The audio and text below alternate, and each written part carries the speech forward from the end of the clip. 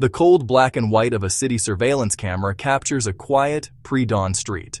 For a moment, nothing moves. Then, the entire frame is consumed by a blinding, silent flash of white light, followed by a shower of sparks raining down from the sky. This is not science fiction. This is real footage from Ukraine in January 2026. Separately, Russian military channels release their own footage. A massive transport erector launcher, camouflaged in a winter forest. It raises a colossal missile skyward. The missile ignites, tearing a path through the clouds. These brief, stark clips disseminate rapidly across the internet. They document the second combat use of Russia's new Oreshnik missile. They brought a distant strategic threat into immediate visceral focus for millions. The event marked a significant escalation in the conflict's technological dimension. For military analysts and government officials, the missile's appearance was a development they'd been tracking closely. For the public, the raw video clips transformed abstract warnings into tangible reality. The speed and visual strangeness of the impact, particularly the absence of a traditional fiery explosion. The Oreshnik is a Russian road-mobile intermediate-range ballistic missile. In simple terms, this means it is a large, powerful missile launched from a truck, making it difficult to find and target before it is fired. Its classification as intermediate-range places it in a category that was largely banned for decades under the Intermediate-Range Nuclear Forces Treaty, INF, between the United States and the Soviet Union, a treaty both nations later withdrew from.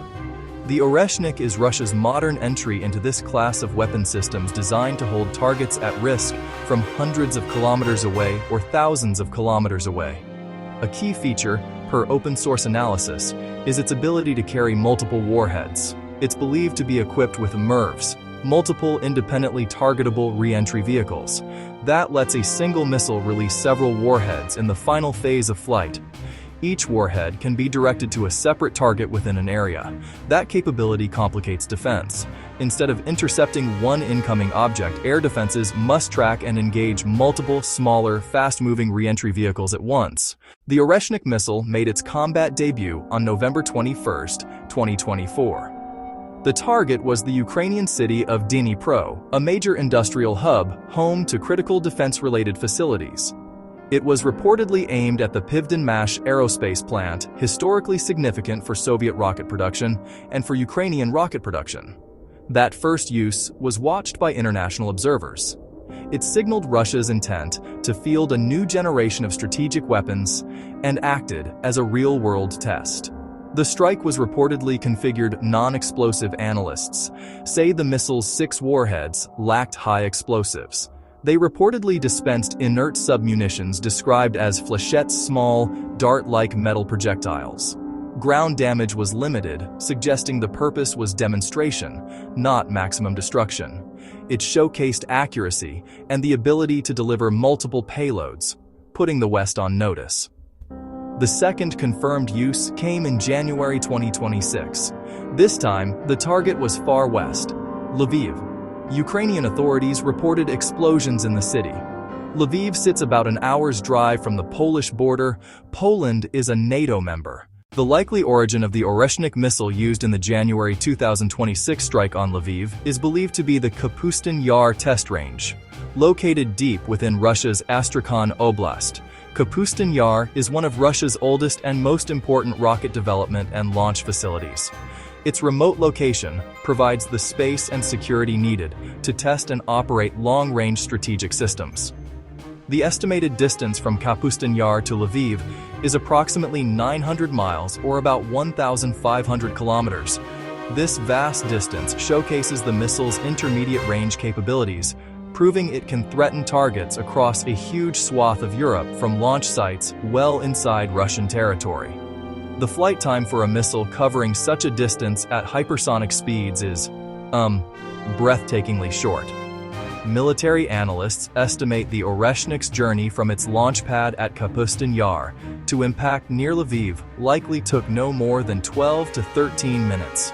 This incredibly compressed timeline fundamentally changes the nature of missile defense. It leaves defending nations with only a few minutes from the moment of detection to the point of impact. In that brief window, they must detect the launch. The technical characteristics of the Oreshnik missile system are central to its strategic importance. One of its most discussed attributes is its range. While its use against Ukraine demonstrated a reach of over 1,500 kilometers, some Russian and Belarusian officials have claimed a maximum range of up to 5,000 kilometers. If accurate, such a range would place almost all of Europe, including major capitals like London, Paris, Rome, within striking distance from launch sites in Western Russia or Belarus.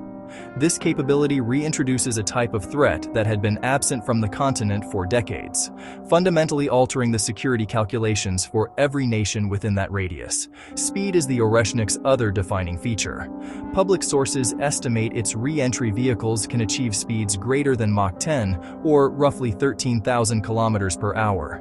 At these hypersonic velocities, the kinetic energy of the warhead itself becomes a destructive force. This has led to speculation about its use of kinetic warheads, which rely on the sheer force of impact rather than a chemical explosion. Footage from the Lviv strike showed a brilliant, lightning-like flash upon impact, which some experts suggest is consistent with a kinetic strike. At such speeds, the sudden deceleration heats the warhead material to a plasma state, creating an intense energy release with enormous penetrating power without a traditional explosive charge. The missile's payload system is reportedly a multiple independently targetable re-entry vehicle, or MIRV configuration. Open-source estimates suggest the Oreshnik can carry up to 6 individual warheads. The strategic threat posed by the Oreshnik missile was amplified significantly in late 2025. In December of that year, Russia announced deployment to Belarus. The Russian Defense Ministry confirmed the move by releasing video footage of the missile vehicles maneuvering through a forest. First public, clear images of the Oreshnik launch system. The deployment was not just technical or logistical, it was a geopolitical statement.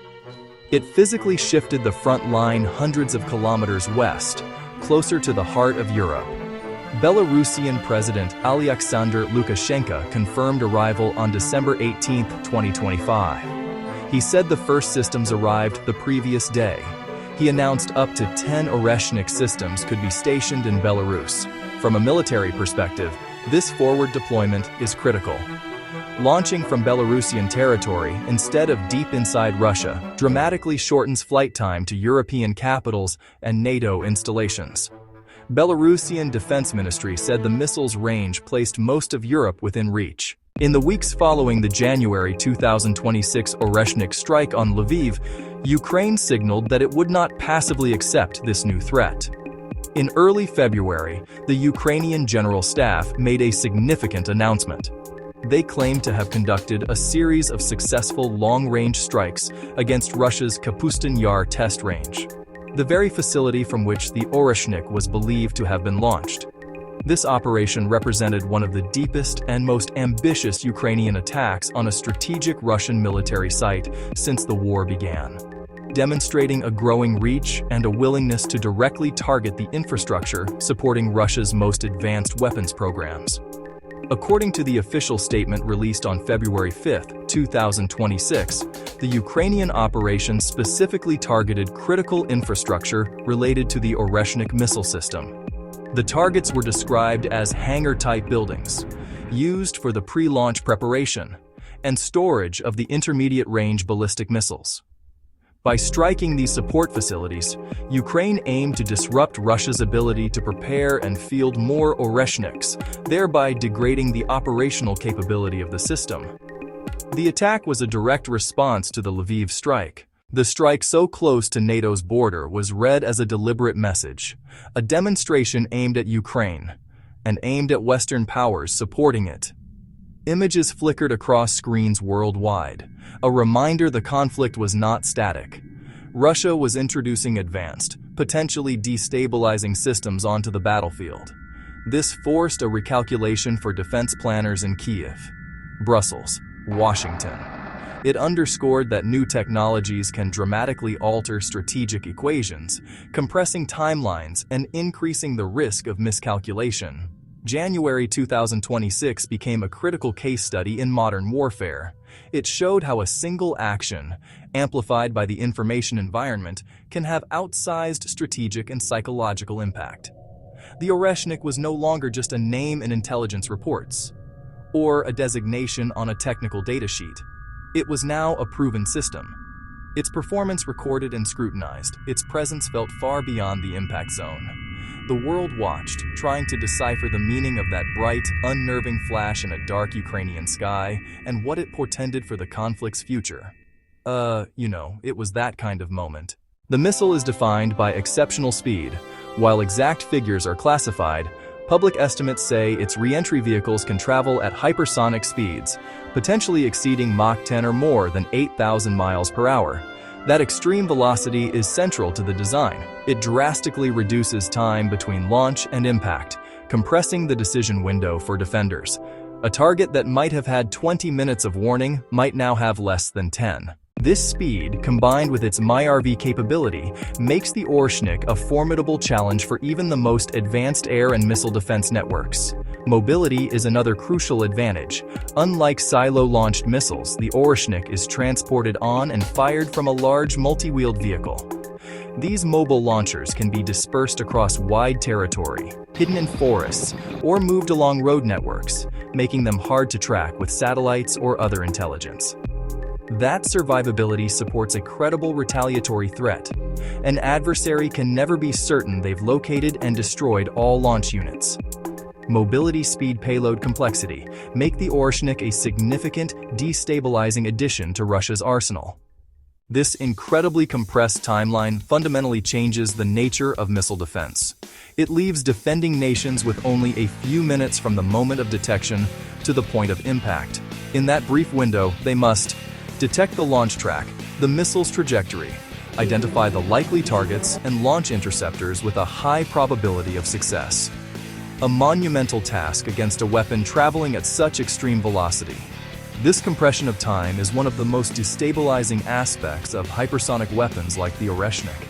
It puts immense pressure on political and military leaders, forcing them to make critical decisions with incomplete information in a matter of minutes.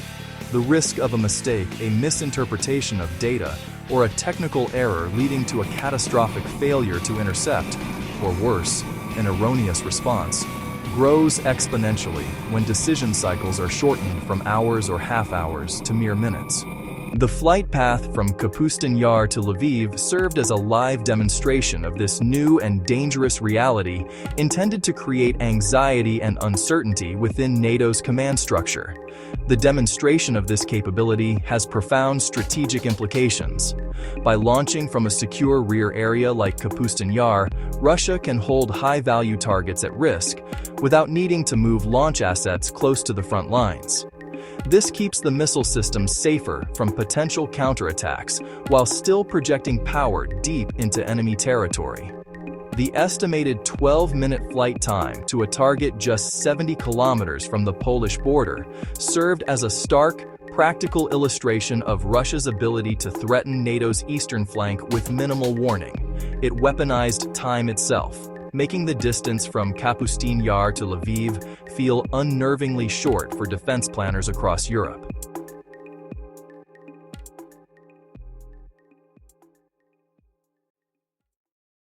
Traditional missile defense systems are optimized to intercept predictable ballistic trajectories. A hypersonic MIRV, however, may have a less predictable flight path and presents multiple targets moving at incredible speeds. The technical features of the Oreshnik are therefore not just incremental improvements.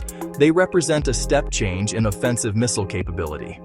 The system is engineered to bypass existing defenses, shorten response times to near zero, and ensure a high probability of reaching its designated targets, thereby reshaping the strategic balance of power.